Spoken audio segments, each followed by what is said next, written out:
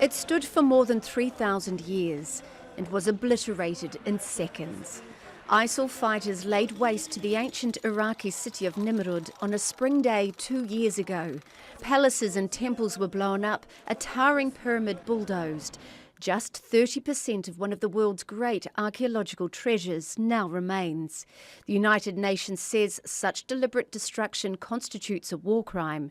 Archaeologists describe it as cultural cleansing. Islamic State has used these deliberate destructions of cultural heritage to attack cultural memory, cultural identity, and cultural diversity in a systematic campaign of cultural cleansing throughout the region. Now that groups such as Islamic State have established the destruction of cultural heritage and the theft of cultural property as important parts of jihadi terrorism, other groups are going to do the same. When ISIL was at its peak in 2014, there were more than 700 recorded attacks on cultural heritage in Syria and 90 in Iraq.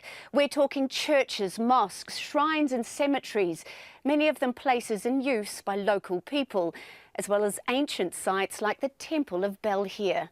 2,000 years old, its ruins were considered among the best preserved in the Syrian city of Palmyra. This is it before and now after ISIL had been through. Only the main entrance arch survived the explosives. ISIL fighters revelled in the attention, filming themselves on their spree of destruction. This at Mosul Museum in Iraq.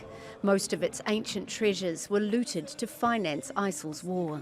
But monitoring groups say there's evidence it wasn't always ISIL. Syrian government forces and members of the Syrian opposition are implicated too. Innovations in digital technology are offering hope that all is not lost, preserving the archaeological knowledge for future generations.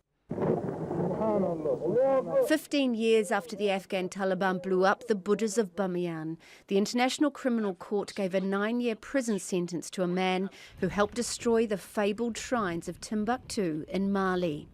It was the first time the deliberate destruction of cultural heritage was judged to be a war crime. Mali's ancient sites have now been rebuilt, and archaeologists are returning to the rubble of ancient treasures elsewhere. But given the atrocities often committed alongside that destruction, caretakers will also be mindful that many heritage sites are no longer just tourist destinations.